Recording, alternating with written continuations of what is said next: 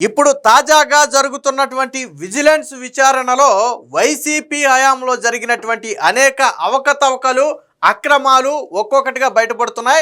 Already గతంలో ఒక video కూడా చేసాం. ఏంటంటే గృహ నిర్మాణ రంగంలో భారతీ సిమెంట్కి భారీగా దోచిపెట్టారు. అసలు ఇవ్వాల్సిన దానికంటే 3 రెట్లు ఎక్కువ ఆర్డర్లు ఇచ్చి దాదాపుగా 110 కోట్ల రూపాయలు అదనంగా భారతీ రెడ్డికి దోచిపెట్టారని మనం ఒక వీడియోలో కూడా మాట్లాడుకున్నాం. ఆల్రెడీ విజిలెన్స్ దాని మీద విచారణ కూడా చేసింది. పైగా ఇతర సిమెంట్ కంపెనీలతో పోలిస్తే భారతీ సిమెంట్ కంపెనీకి బస్తాకి 2-3 రూపాయలు అదనంగా కూడా కేటాయించారు. సో ఇది భారతీ సిమెంట్తోనే ఆగిందంటే కాదు, ఈ స్కాము అన్నిటిలో కూడా ఉంది. ఇప్పుడు విజిలెన్స్ విచారణలో ఇదే ఒక్కొక్కటిగా బయటపడుతుంది.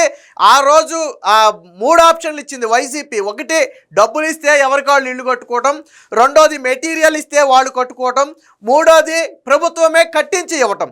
సో ఈ 3వ ఆప్షన్ అనేదే స్కామ్కి అతిపెద్ద కారణం. అసలు దాన్ని పెట్టిన ఉద్దేశమే స్కామ్ చేయటం కోసం. గృహ నిర్మాణ సంస్థ ఆధ్వర్యంలో నిర్మించాల్సిన ఇళ్లను వైసీపీ కార్యకర్తలకు నాయకులకు కాంట్రాక్టులకు ఇచ్చేసి దాన్ని గృహ నిర్మాణ శాఖ ద్వారా ఏం చేశారంటే మెటీరియల్ బల్క్లో కొనుగోలు చేశారు. వాస్తవానికి ఒక చిన్న లాజిక్, ఏదైనా సరే ఫర్ ఎగ్జాంపుల్ ఒక పెన్న ఖరీదు 10 రూపాయలు అనుకుందాం, మనం విడిగా కొంటే 100 పెన్నులు కొన్నాం అనుకోండి, ₹1, ₹1.5 తగ్గిస్తాడు. 1000 పెన్నులు కొన్నాం అనుకోండి, ₹2 వరకు తగ్గిస్తాడు. సో ఇలా మనం బల్క్లో తీసుకునేటప్పుడు దాన్ని మార్కెట్ కాస్ట్ కంటే కూడా హోల్సేల్లో తక్కువ కాస్ట్కి వస్తుంది. ఇది జగమెరిగిన సత్యం, ప్రపంచంలో ఎక్కడైనా అంతే. ఇదే మన ఆంధ్రప్రదేశ్లోనే కాదు. కానీ వైసీపీ హయాంలో ఏం జరిగిందో తెలుసా? అంటే 1000 టన్నుల ఇనుము కొనుగోలు చేసిన మార్కెట్ ధర కంటే అదనంగా చెల్లించారు. వాస్తవానికి ఈ ఇనుము దాదాపుగా 100 కోట్ల రూపాయలు విలువ చేసే 16,000 టన్నుల ఇనుము ఇప్పుడు ఎందుకు పనికి రాకుండా తుప్పి పట్టిపోయింది. 100 కోట్ల రూపాయలు విలువైనటువంటి ఇనుము తుప్పు పట్టడం అనేది ఆషామాషి వ్యవహారం కాదు. అసలు దీన్ని దేనికోసం కొనుగోలు చేశారు అంటే, ఇందాక మనం చెప్పుకున్నాం కదా, ఎవరైతే ఇళ్ళు నిర్మించుకోలేరో వాళ్ళకి ఇళ్ళు నిర్మించి ఇవ్వటం కోసం ప్రభుత్వం దానికి సంబంధించిన మెటీరియల్స్ అన్ని బల్క్లో కొనుగోలు చేసింది. అందులో సిమెంట్ ఉంది, ఐరన్ ఉంది, ఇటుకలు ఉన్నాయి, ఇసుక ఉంది, ఇంకా పైపు మెటీరియల్ ఏమైనా ఉంటే అది ఉంది, అలాగే కరెంటు మెటీరియల్ ఉంది, అలాగే బాత్రూమ్ మెటీరియల్ ఉంది. ఇలా దాదాపుగా 11 రకాల మెటీరియల్స్ను అప్పట్లో కొనుగోలు చేశారు.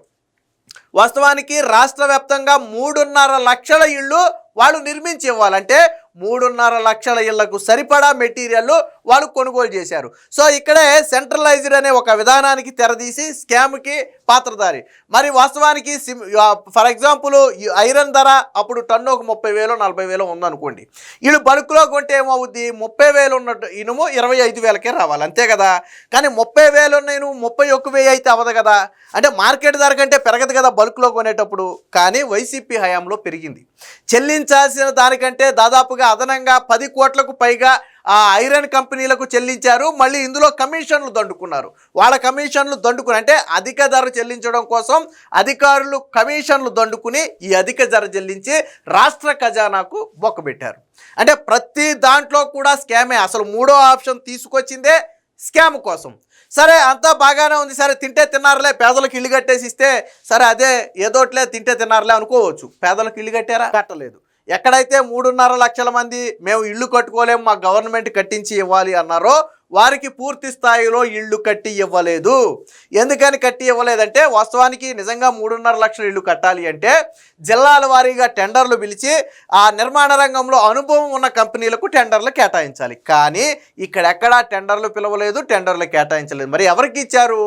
స్థానికంగా ఉన్న ఫర్ ఎగ్జాంపుల్ నేను వైసీపీ నాయకుడు అనుకోండి, మా ఏరియాలో కట్టాల్సినటువంటి ఈ జగనన్న కాలనీలకి సంబంధించినటువంటి ఇళ్ళన్నీ కూడా నాకు కాంట్రాక్ట్ ఇచ్చేస్తారు. నేను కొద్దిగా ముడుపులు ఇచ్చుకుంటే చాలు, నాకు కాంట్రాక్ట్ ఇచ్చేస్తారు. అంటే దేనికి లెక్కపత్రాలు కానీ, టెండర్లు పిలవటం కానీ, నోటిఫికేషన్లు కానీ ఇలాంటి ఏం ఉండవు. స్థానిక నేతలకు కేటాయించారు. పోనీ నాకేమన్నా ఇచ్చారు, బాగానే ఉంది. నాకేమన్నా ఇళ్ల నిర్మాణ రంగంలో అనుభవం ఉంటుందా? ఉండదు. నేనేదో లోకల్లో 4 టాపీ మేస్త్రులను మాట్లాడి నా ఇష్టం వచ్చినట్టు నేను కట్టేస్తా. సో ఇదే జరిగింది. పోనీ అలా కూడా పూర్తి చేసి ఇచ్చారంటే ఇవ్వలేదు. అలా ఆ ఇళ్ల కోసం కొనుగోలు చేసినటువంటి మెటీరియల్లో ఐరన్ను దాదాపుగా 100 కోట్ల రూపాయలు విలువ చేసే ఐరన్ను ఇప్పుడు తుప్పిపట్టిపోయి అటు వాడటానికి పనిచేయదు, ఇటు పడేయటానికి మనసొప్పదన్నట్టుగా మారింది. ఎందుకని? నిర్మాణ రంగంలో జగన్మోహన్ రెడ్డి పూర్తిగా విఫలమయ్యాడు. పోనీ ఆ 100 కోట్ల రూపాయలు విలువైన ఐరన్ను ఉపయోగించుకుని వాళ్ళ ఇళ్ళు నిర్మించి ఉంటే సరే తింటే తిన్నారులే, 500 కోట్లు 1000 కోట్లు పేదలకు ఇళ్ళన్నా వచ్చినాయి కదా అనే ఆనందమన్నా మిగిలేది. అటు ఇళ్ళు కట్టకపోగా ఇటు కొన్న మెటీరియల్ పోని వేరే దానికి వాడదామా అంటే ఇప్పుడు అది పని చేయకుండా పోయింది, తుప్పు పట్టిపోయింది. 100 కోట్లు అనేది ఆషామాషి వ్యవహారం కాదు. 16,000 టన్నుల ఐరన్ అనేది చిన్న విషయం కాదు. మరి ఎందుకు కొనుగోలు చేశారు? సాధారణంగా నిర్మాణం జరిగేటప్పుడు కొనుగోలు చేయాలి. వాస్తవానికి అసలు టెండర్కి ఇచ్చేస్తే గవర్నమెంట్ అందులో ఇన్వాల్వ్ అవ్వాల్సిన పనే లేదు. వీళ్ళే మెటీరియల్ కొంటారు, వీళ్ళ కార్యకర్తలకు కాంట్రాక్టులకు ఇస్తారు. ఎందుకని?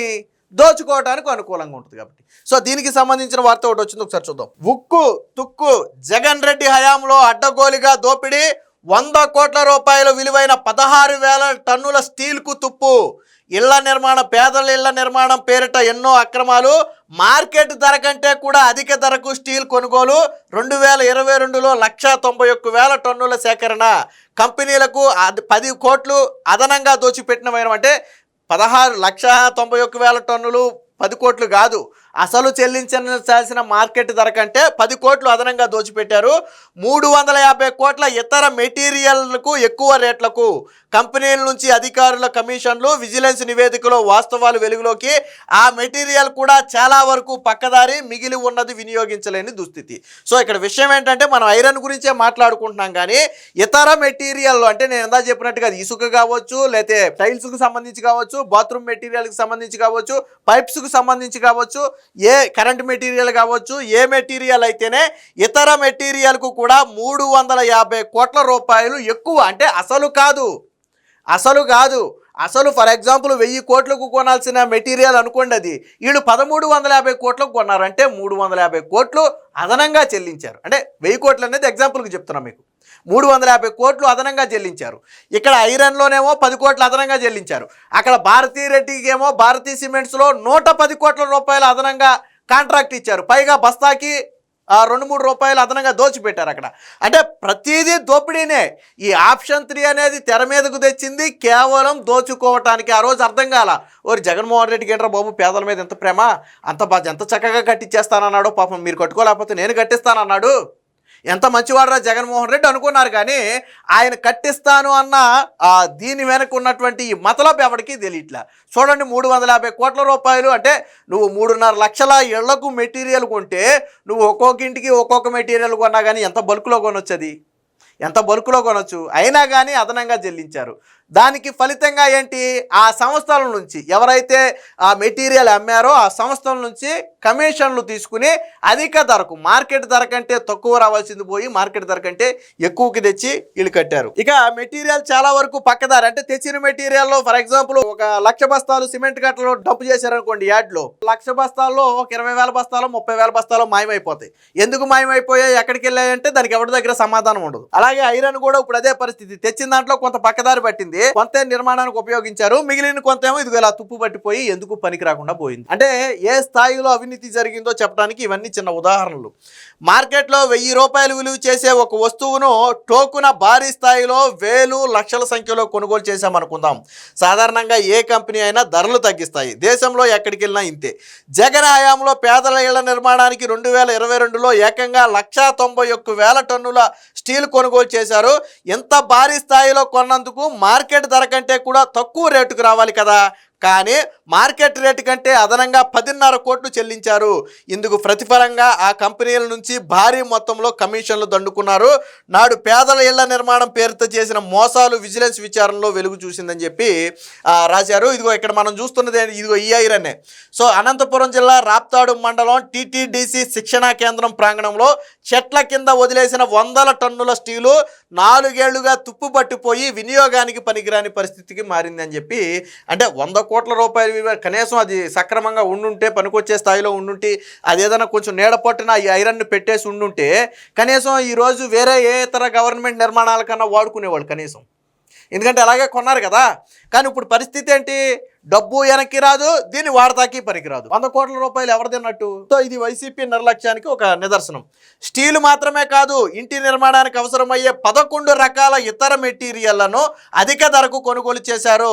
సెంటు జాగాలో కట్టే ఒక్క ఇంటికి 1.12 లక్షల చొప్పున విలువ చేసే వస్తువులు కొన్నారు.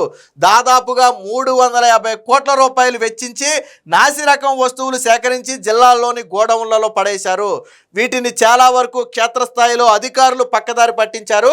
మిగిలి ఉన్న మెటీరియల్లో కనీసం 100 కోట్ల రూపాయలు విలువైన 16,000 టన్నుల స్టీలు తుప్పు పట్టింది. ఇతర మెటీరియల్ కూడా దాదాపుగా వినియోగించలేని పరిస్థితి. ఫర్ ఎగ్జాంపుల్ సిమెంట్ బస్తాలే ఉన్నాయి అనుకోండి, అది 4 ఏళ్ల క్రితం సిమెంట్ బస్తాలు పనిచేస్తాయి, అప్పుడు ఈ పాటికి గడ్డలు కట్టేసుకుంటాం. సరే, ఉపయోగించే మెటీరియల్ అంటే ఏదన్నా ఇటుక కానీ ఇసుక కానీ లాంటిది అయితే ఏమన్నా ఉపయోగించవచ్చు తప్ప మిగతా మెటీరియల్ ఏవి కూడా పెద్దగా ఉపయోగించడానికి పనికిరావు. అంటే లైక్ సిమెంట్ కానీ ఐరన్ కానీ ఇలాంటివి ఏవి కూడా ఉపయోగించడానికి పనికిరావు. సో అది పరిస్థితి. పేరేమో పేదలకు పక్కా ఇళ్ల నిర్మాణ పథకం, పైగా జగనన్న కాలనీలనే పేరు, చేసిందంతా దోపిడీ మోసం. నాడు జగన్ హయాంలో పేదల పేరిట కోట్లాది రూపాయలు దోచేశారు.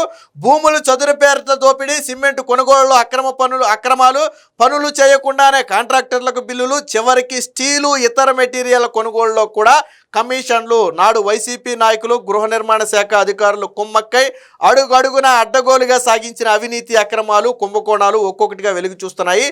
స్టీల్ ఇతర మెటీరియల్ కొనుగోలులో మార్కెట్ ధర కంటే కూడా ఎక్కువ చెల్లించింది. దీంట్లో కమిషన్లు ఎవరు తీసుకున్నారు అంటే రాజకీయ నాయకులు ఉన్నారు, అధికారులు ఉన్నారు. ఎవరిని తప్పు పట్టడానికి లేదు. అధికారులు ఏమి చిత్తశుద్ధిగా పనిచేసిన వాళ్ళు కాదు, రాజకీయ నాయకులకు అంతకంటే పనిచేయరు. మనకు తెలుసు కదా, శ్మశానంలో ముగ్గురు రాజకీయ నాయకులు ఇంటి రాజకీయ నాయకులు సిగ్గు ఉండదని చెప్పేదో సామెత ఒకటి ఉంది. అలాగే వైసీపీ నాయకులు కూడా కమిషన్లు, వాళ్ళకి ఇంత కమిషన్ ఇస్తేనే వాళ్ళకి కాంట్రాక్ట్లు ఇస్తారు. నీకు 100 ఇళ్ళు కట్టడానికి కాంట్రాక్ట్ ఇచ్చేస్తా, నాకెంత ఇస్తావు, నీకు నేను కాంట్రాక్ట్ ఇస్తాను, నాకెంత ఇస్తావు. అలాగే మెటీరియల్ కూడా అంతే, ఈ కంపెనీకి ఇదిగో ఈ మెటీరియల్ సప్లైకి మేము అనుమతిస్తాం, నాకెంత ఇస్తాం. ఇలా అధికారులు నాయకులు కలిసి దాదాపుగా 350 కోట్ల రూపాయలు అప్పనంగా దోచేశారు కమిషన్ల రూపంలో. వీళ్ళకి అదనంగా చెల్లించిన ప్రతి రూపాయి కూడా కమిషన్ల రూపంలో వీళ్ళ జేబులోకి వెళ్ళిందే. కాకపోతే ముందు సంస్థ పేరుకు తరలించి అక్కడి నుంచి వీళ్ళు కమిషన్ రూపంలో తీసుకుంటారు.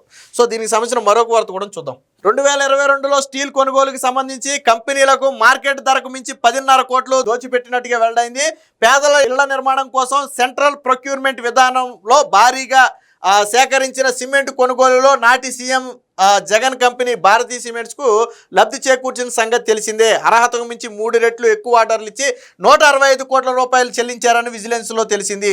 అదే తరహాలో రాష్ట్ర హౌసింగ్ కార్పొరేషన్ ద్వారా భారీ స్థాయిలో సేకరించిన స్టీలు ఇతర మెటీరియల్స్ కొనుగోలు వ్యవహారంలో కూడా భారీ అవినీతి అక్రమాలు జరిగినట్టుగా ఇప్పుడు విజిలెన్స్ విచారణలో అయితే బయటకు వచ్చింది. సో కమిషన్ల కక్కుర్తితోనే ఈ మొత్తానికి కూడా పట్టింది. సెంటు ఇళ్ళు, ఒక్కొక్క సెంటులో నిర్మించే ఇల్లు కోసం వాళ్ళు సేకరించిన సామాగ్రి విలువ ఎంత అంటే 1.12 లక్షల సామాగ్రి. ప్రభుత్వం 1 సెంటు స్థలంలో నిర్మించే చిన్న ఇంటికి ఎలక్ట్రిక్ పరికరాలకే 5,730, ఫ్లష్ డోర్లో షట్టర్లకు 6,920, జిఐ విండో ఫ్రేమ్లకు 7,226, ఇలా మొత్తంగా 1,12,117 పెట్టి సామాగ్రి కొనుగోలు చేశారు. వాస్తవానికి ఈ సామాగ్రి ఇప్పుడు అంచనా ఏంటంటే ఈ మొత్తం సామాగ్రి విలువ 50,000 కూడా ఉండకపోవచ్చు. ₹1,00,000 పెట్టి తీసుకున్నామని చెప్పే ఈ సామాగ్రి విలువ 50,000 కూడా ఉండకపోవచ్చు. సో ఇతర మెటీరియల్లో కూడా భారీ అవినీతి జరిగింది. అలాగే గోదాముల్లో సిమెంటు మెటీరియల్ మాయం. రాష్ట్రంలోని అన్ని జిల్లాల్లో గోదాముల్లో బయట నిల్వ చేసిన స్టీలు ఇతర మెటీరియల్ కోస్తో కాస్తో పనికొస్తాయనుకున్న సామాగ్రిని క్షేత్రస్థాయిలో హౌసింగ్ అధికారులు పక్కదారి పట్టించారు. అమ్మేసుకుని సొమ్ము చేసుకున్నారనే ఆరోపణలు ఉన్నాయి. వాటికి సంబంధించి ఆన్లైన్లో చూపిస్తున్న నిల్వలకు ప్రస్తుత గోదాముల్లో ఉన్న నిల్వలకు మధ్య భారీ వ్యత్యాసాన్ని విజిలెన్స్ అధికారులు గుర్తించారు. గోడౌన్లో దింపిన సిమెంట్ స్టాక్ రికార్డులను సరిగా నిర్వహించలేదు. లబ్ధిదారులకు ఇచ్చినట్లుగా చూపుతున్న సిమెంటుకు స్టాక్ రిజిస్టర్లో లబ్ధిదారులు అక్నాలజ్మెంట్లు లేవు. వాటికి రసీదులు, వే బిల్లులు, కూపన్లు, స్టాక్ ఫైల్స్ గోడౌన్ ఇన్ఛార్జీల దగ్గర లేవు. హౌసింగ్ అధికారులు గోడౌన్ నిర్వహణపై సరైన పర్యవేక్షణ లేకపోవడంతో ఇది జరిగిందంటే, ఫర్ ఎగ్జాంపుల్ 1000 బస్తాలు దింపాము, 500 బస్తాలు నిర్మాణానికి ఇచ్చామంటారు. కానీ వాస్తవానికి ఇచ్చిన 500 బస్తాలకి లెక్కపత్రాలు ఉండవు. పోనీ మిగిలిన 500 బస్తాలు గోడౌన్లో ఉంటాయి అంటే అవి కూడా అవి ఉండవు. 300 బస్తాలో 250 బస్తాలో ఉంటాయి. సో ఇవన్నీ కూడా విజిలెన్స్ అధికారులు ఇప్పుడు విచారణలో కనుగొన్నారు. ఏది ఏమైనా మొత్తంగా వైసీపీ హయాంలో జగనన్న కాలనీ అనేది భారీ దోపిడీకి కేర్ ఆఫ్ అడ్రస్గా మారింది అనేది ఇప్పుడు విజిలెన్స్ విచారణ బట్టి స్పష్టంగా అర్థమవుతుంది.